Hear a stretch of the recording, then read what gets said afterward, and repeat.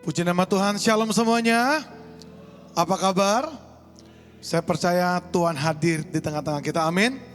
Boleh berikan segala kemuliaan bagi Tuhan Yesus kita yang luar biasa. Ya, terima kasih buat kesempatan saya bisa melayani di tempat ini. Udah berapa kali saya udah lupa, nama saya Jason Irwan. Dan hari ini saya akan menyanyikan 2 buah lagu yang saya tulis dari pengalaman hidup saya. Kiranya jadi berkat buat semuanya. Sama-sama kita datang kepada Tuhan.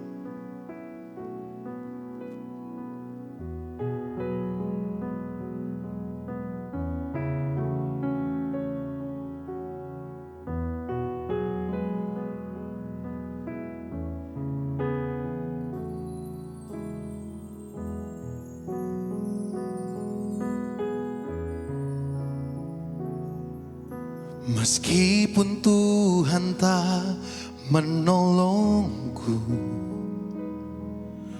meskipun duri dalam dagingku, ku tetap memilih untuk percaya dan mengucap syukur. Meskipun doaku tak terjawab, meskipun hatiku habis lenyap, ku tetap memilih untuk percaya dan mengucap syukur. Berkali-kali kau menolong, berkali-kali kau kuatkan.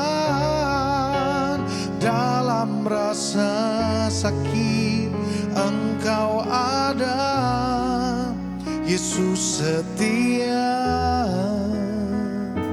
Terima kasih Tuhan.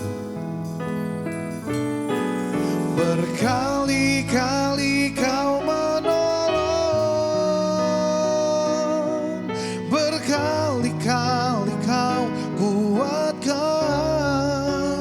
Dalam lembah kelam Engkau ada, Yesus setia. Bersama-sama jemaat Tuhan akan pujian ini. Meskipun Tuhan, come on. Meskipun Tuhan tak menolongku, meskipun duri dalam dagingku, ku tetap memilih untuk percaya dan mengucap syukur.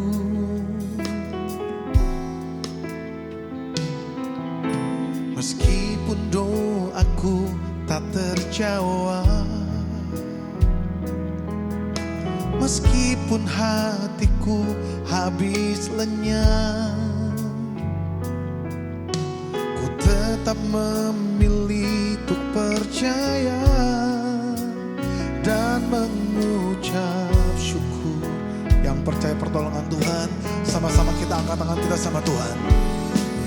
Berkali-kali kau menolong, berkali-kali kau kuatkan. Dalam rasa sakit Engkau ada, Yesus setia.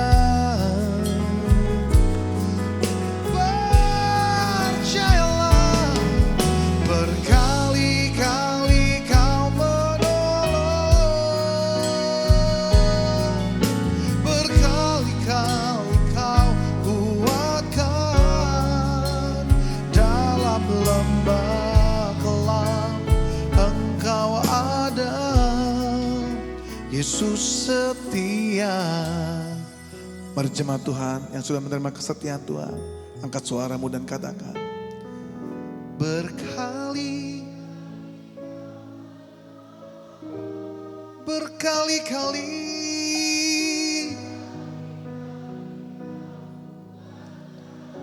di dalam rasa sakit Engkau Engkau ada. Kau menyatakan kesetiaan-Mu, Tuhan Yesus.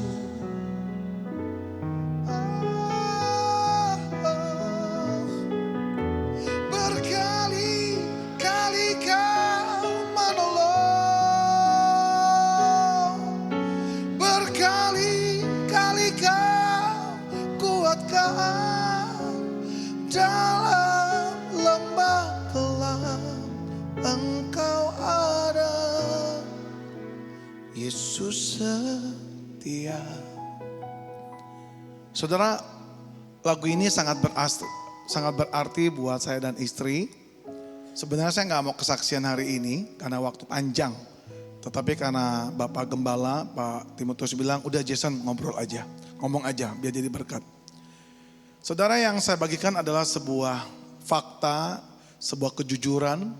Saya tidak pernah meminta orang untuk menerima siapa saya. Tapi buat saya pribadi, bagaimana saya beres sama Tuhan. Bapak Ibu, tepatnya teman-teman, saya punya seorang istri yang luar biasa. Bagaimana seorang istri bisa menerima suami mantan LGBT, Bapak Ibu. Kenapa saya jadi seorang LGBT waktu itu? Waktu kecil, papa mama saya miskin, hidupnya susah banget. Mereka dua-duanya kerja. Akhirnya saya sering pergi sama om saya, adiknya mama. Satu kali saya pergi mancing. Biasanya pulang mancing lewat sumur gak ada siapa-siapa, kok kosong. Tapi hari itu saya percaya Tuhan izinkan semuanya terjadi walaupun gak baik di mata dunia. Tiba-tiba om saya pulang jalan duluan, saya pulang sendirian. Setengah 6 sore, saya ingat banget, saya masih 5 SD, masih kecil sekitar 10 tahun, pakai celana SD yang warna merah, pakai kaos putih. Tiba-tiba 3 tukang beca lagi mandi. Maaf Bapak Ibu, teman-teman lagi keadaan telanjang bulat. Dan saya waktu lewat dengan ketakutan bawa pancingan saya, tanpa intro istilahnya. Ditarik baju saya, ditelanjangin, dan saya langsung disodomi 2 orang sekaligus, sampai banyak darah keluar. Tapi tukang beca ketiga, dia tidak melakukannya, karena kasihan takut saya mati kali. Dia cuma kasih belati di leher saya ngomong gini, kalau lu lapor sama bapak lu, gua bantai keluarga lu. Saya orang Sunda, orang minoritas, saya takut. Dan itu tahun 90-an, beda sama zaman sekarang. Dari 5 SD ke 2 SMP, saya tidak mengenal Tuhan Yesus. Hidup saya kosong, hidup dalam trauma hebat luar biasa. Saya masih jadi laki-laki normal, belum ngapa-ngapain, belum aneh-aneh. Sampai akhirnya trauma itu pelan-pelan mulai berakar. 2 SMP, puji Tuhan saya ketemu Tuhan Yesus secara pribadi. Tuhan mulai coba ubah hidup saya. Yang saya pikir saya gak punya masa depan, akhirnya saya punya harapan. Semuanya masih baik, masuklah SMA. Mulailah saya merasa kok saya mulai suka cowok, kok aneh saya ini. Saya masih gak nakal, saya gak pernah mikir mau aneh-aneh, saya bertahan, saya mulai terlibat dalam pelayanan gereja, saya main piano, saya WL, saya nyanyi, saya bikin lagu. Makanya waktu saya bikin lagu Sentuh Hatiku, saya ngerti perasaan teman saya diperkosa sama bapaknya, bagaimana perjuangannya. Sampai akhirnya saya kuliah ke Jakarta, disitulah saya mengenal dunia LGBT. Seorang anak polos dari kampung, tahun 97, akhirnya ditidurin sama anak universitas yang lain. Dan saya merasa hari itu saya kotor dan akhirnya sejak itu saya janji saya akan jaga diri saya baik-baik.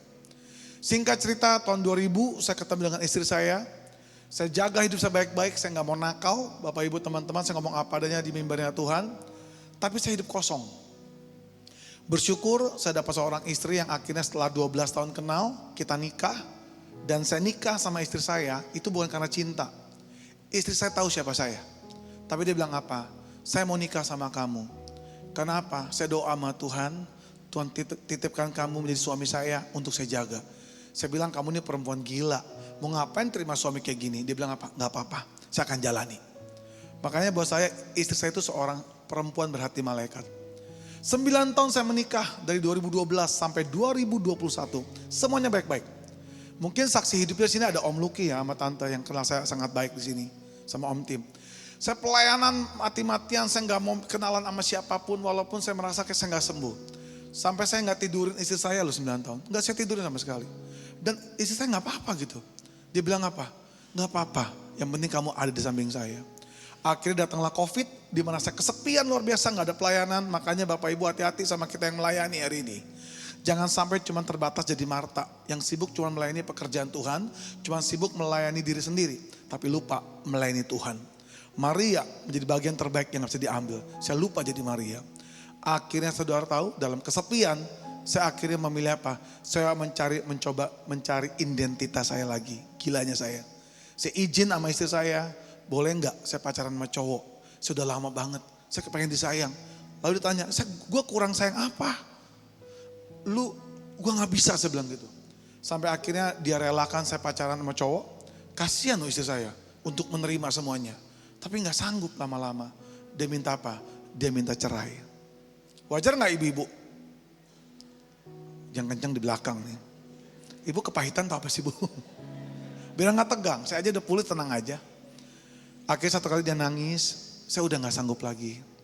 Kalau kamu pilih jalan ini, kita pisah baik-baik aja. Tolong ceraikan saya. Bapak Ibu tahu, saya tinggalkan istri saya tinggalkan juga selingkuhan cowok saya. Saya hancur-hancuran itu, bukan hancur hidupnya, hancur hati saya. Saya melukai diri saya sendiri, saya melukai istri saya. Saya tinggalkan selingkuhan saya ke Amerika, tujuan apa? Kalau saya tinggalkan istri saya, minimal dia bisa menikah lagi. Dia berhak loh, betul gak ibu-ibu? Dia berhak dapat suami yang baik, dia istri yang baik kok. Saya ke Amerika, saya urus warga negara saya. Akhirnya dia telepon, saya bingung, saya ninggalin dia yang nangis. Dia bilang apa? Udah pulang Mon. Panggilan saya kan nama saya Jason, dipanggil Mon. Bukan monyet, bukan Bapak Ibu. Doraemon, dulu saya gendut soalnya. Pulang. Kenapa sih bilang saya gak bahagia? Saya bahagia sama kamu. Memang betul kamu punya kekurangan. Tapi saya bersyukur dapat suami kayak kamu. Mungkin teman-teman saya suaminya normal. Tapi banyak hal juga mereka punya kekurangan. Yuk kita mulai dari nol. Saya gak mau, saya ngotot loh Bapak Ibu, saya gak mau. Akhirnya apa? Tuhan pakai mama saya kena serangan jantung. Dari Amerika saya pulang. Waktu saya pulang saya ketakutan. Kenapa saya takut? Mama saya kan lagi sakit jantung. Saya takut dia nanya, betul dia nanya. Mama saya pas di Rangkas Bitung, saya pulang ke kampung saya. Mama saya bukan tipikal ibu-ibu di Bali kali ya. Kalau ibu-ibu di Bali kan maaf nih kalau punya anak ada masalah gini. Kamu kenapa? Betul ya ibu-ibu ya? Ini enggak, tanpa intro mama saya ngomong kayak gini. Duduk. Iya mah, duduk gak? Iya, kenapa mah? Gue denger lu homo ya, darah Yesus saudara. Orang tuh pakai intro apa kabar, tanya baik-baik gitu ya. Saya diem aja, mama yakin mau dengar. Yakin, lu ngomong kata juga. Daripada gue dengar dari orang, gue dengar dari mulut anak gue sendiri. Akhirnya saya ceritakan semuanya. Apa yang saya alami selama 30 tahun. Saya mau tanya sama ibu-ibu deh jujur. Kalau ibu punya anak, pernah diperkosa, gimana perasaannya hari ini? Hancur bu. Mama saya yang begitu galaknya tiba-tiba diem. Tangannya gemeteran. Dia cuma nangis. Mama minta maaf ya. Mama gak tahu. Mama gak peka selama ini. Maafin mama gak ada dalam 30 tahun. Saya bilang mama udah kamsia mah. Mama udah temenin saya sampai hari ini. Dia cuma liatin muka saya ngomong gini. Walaupun 1000 gereja. Walaupun 1000 orang mau menghakimi lu ingat. Mama yang punya hak untuk menghakimi karena mama yang melahirkan. Hari ini mama lepaskan hak mama. Untuk mengasihi kamu dan nemenin kamu. Mama udah tua. Mama punya sisa waktu mungkin gak banyak. Tapi izinin mama temenin kamu. Ya, mujizat Tuhan masih ada. Saudara, dengan keterbukaan saya tiba-tiba di mama saya temenin saya. Akhirnya saya ketemu gembala saya hari ini. Saya orang yang gak pernah bergereja. Saya penginjil, senangnya keliling aja. Saya takut masuk dapurnya gereja, takut gak kuat mental saya. Akhirnya ketemu gembala saya hari ini, gembala saya mentor saya. Akhirnya saya mulai pulih hubungan sama istri saya. Waktu saya di podcast Melanie Ricardo, saya bilang saya pulih dari LGBT. Betul. Yang diubahkan itu pola pikir saya. Kenapa orang LGBT itu gak susah sembuh? Karena pola pikirnya dihajar. Ingin dicintai, ingin dikasihi, gak puas segala macam. Waktu firman Tuhan itu masuk saudara. Bayangkan 30 tahun saya melayani, saya gak tahu cara nyembuhinnya loh. Kenapa? Saya jarang baca firman. Saya cuma juga ngomong. Tapi firmannya gak pernah dihidupkan. Waktu saya sembuh, saya sama istri saya sekarang udah hubungannya sangat jauh lebih baik Bapak Ibu. Kita pulih dan satu langkah terakhir yang saya lakukan adalah saya cari orang yang memperkosa saya. 2 orang sudah meninggal. Tapi yang ketiga ketemu. Waktu saya datangin yang perkosa saya ngomong gini, "Bang, abang udah usia berapa?" Udah 80 tahun lebih. Sekarang usia saya udah 47 tahun. "Abang ingat di masa lampau ya bang?" "Bukan saya ingat-ingat lagi." Dia diem aja. "Hari ini izinkan saya berkata, Tuhan Yesus mengampuni hidupmu. Hari ini juga saya mau melepaskan pengampunan. Gak usah ingat yang udah lalu-lalu bang. Tapi waktu saya ketemu sama abang hari ini sebuah kesempatan yang baik buat saya. Untuk apa? Abang lepas, saya lepas juga. Dan hari ini ada kebaikan Tuhan. Saya doakan dia, saya peluk dia. Walau maaf ya badannya bau keringat saudara, bau matahari. Tapi waktu saya doakan dia, itu damai sejahtera melingkupi hati saya. Saya kasih dia berkat, saya pulang jadi pemenang. Hari ini saya katakan Bapak Ibu, jangan menyimpan rasa sakit buat apa? Kepahitan, gak ada gunanya. Saya menyimpan sampah 30 tahun yang sakit diri kita sendiri. Mengampuni bukan melupakan. Gak ada orang yang bisa melupakan. Mengampuni adalah proses berjalan. Sakit, jatuh, terantuk, bangkit lagi pelan-pelan, menangis, jalan terus. Sampai kapan? Sampai belas kasih Tuhan turun atas hidup kita. Dan kita mampu berkata, aku mengasihi orang yang bersalah. Pujian terakhir, lagu ini saya tulis menyatakan, apapun yang kita alami, tetap setia sama Tuhan. Selama saya ikut Tuhan sampai hari ini Bapak Ibu, tidak pernah saya melihat orang yang mencari Tuhan ditinggalkan. Meskipun saya gak setia, Tuhan tetap setia. Mungkin hari ini Bapak Ibu gak setia, Tuhan tetap memberi setia sama kita. Sebab pujian memilih untuk setia.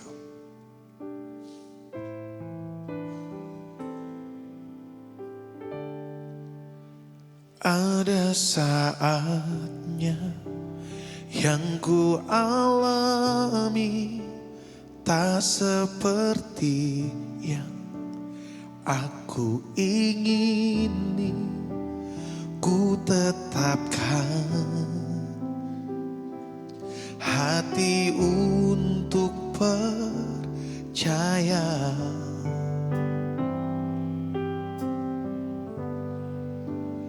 Ada saatnya yang ku hadapi, seringkali aku tak mengerti.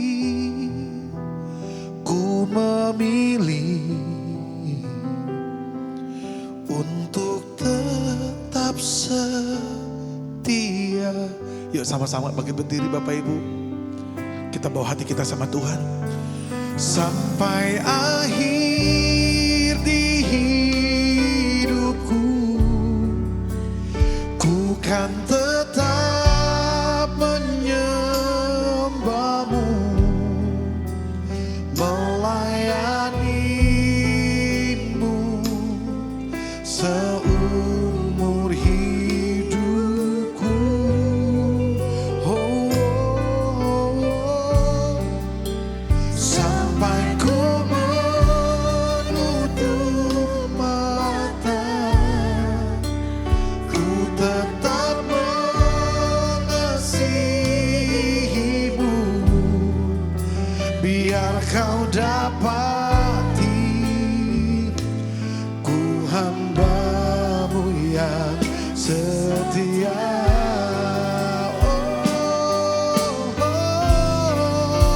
Sampai akhir di hidupku, ku kan tetap menyembahmu, melayani Tuhan seumur hidupku. Sampai kami menutup mata, kami tetap mengasihi Tuhan. Sampai ku menutup mata, ku tetap mengasihimu. Biar kau dapati, ku hamba-Mu yang setia. Oh, oh, oh.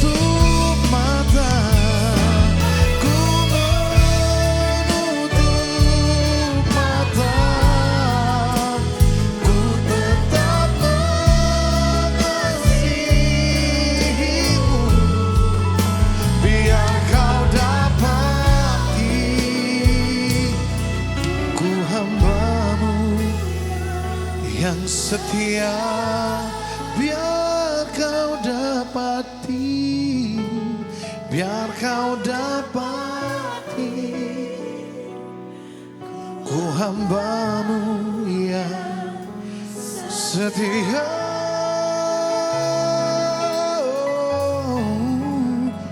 biar kau dapati. Ku hambamu yang setia.